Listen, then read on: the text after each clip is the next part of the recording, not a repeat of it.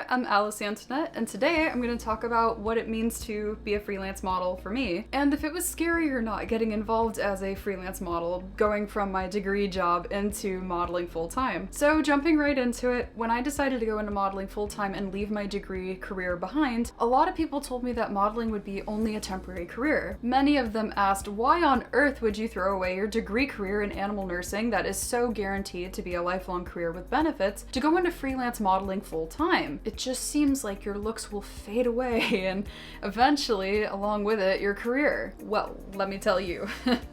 When I decided to make the switch, I thought the worst that can happen is I just go back to my regular job. I studied in college to be a veterinary nurse, and I also had a license that I had to renew once every year. I was shocked to find out that when I was hired as a veterinary nurse, I didn't make the income that I thought I was going to make. Ever since I was a little kid, I was told that the higher the education that I got, the more comfortable I would be able to live. I thought at least an associate's degree in applied science with the option of continuing on for a specialized bachelor's and potentially going on to be a doctor in veterinary medicine would be enough, that I would be paid a comfortable salary. As it turns out though, all of the veterinarians I ever met along the way, not just one, not two, or many of them, but all veterinarians told me to not go on with my education because they were all just swimming in debt and they could never get out of it. Becoming a veterinarian doesn't pay enough to outweigh the student loan debt. As it was, my associate's degree career didn't pay enough to cover basic bills, so this meant that I was gonna have to somehow get a second job on top of my veterinary nursing job that I already worked overtime for, much to my bookkeeper's dismay. So what was I to do?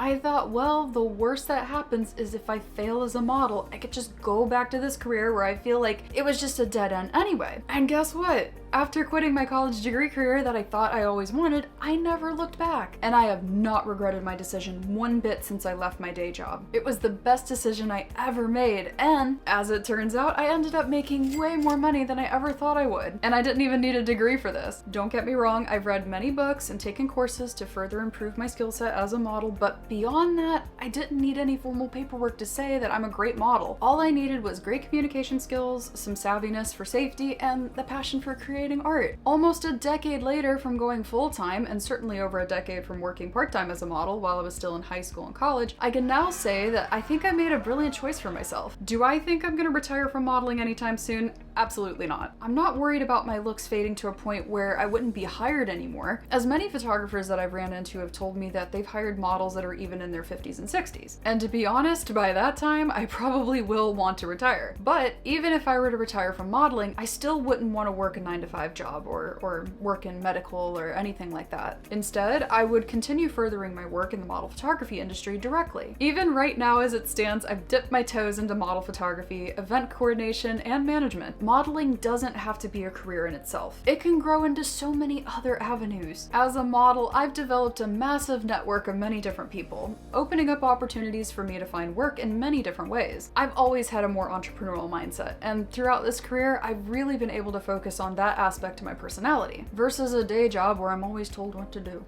Even if I did go on to be a veterinarian where I took charge, I don't feel like that I would be challenged enough to be able to try to make money in different ways the way that I want to. And I certainly wouldn't be creating art like how I do right now. For those people who told me quitting my degree career was a mistake, they were wrong. But how could they know any different? They didn't quite have the mindset for this type of career, and that's totally okay. I knew what was best for me, and I decided to take the chance because I knew if anything, I could always return to my old career if modeling didn't work out. And even if that wasn't an option, I knew in my heart that I had to strive for what I love most. And as torn as I was to leave animal nursing behind me, I embraced being an artist who's only just getting started in showing people the meaning that I'm trying to convey with my body language through the images that photographers capture of me.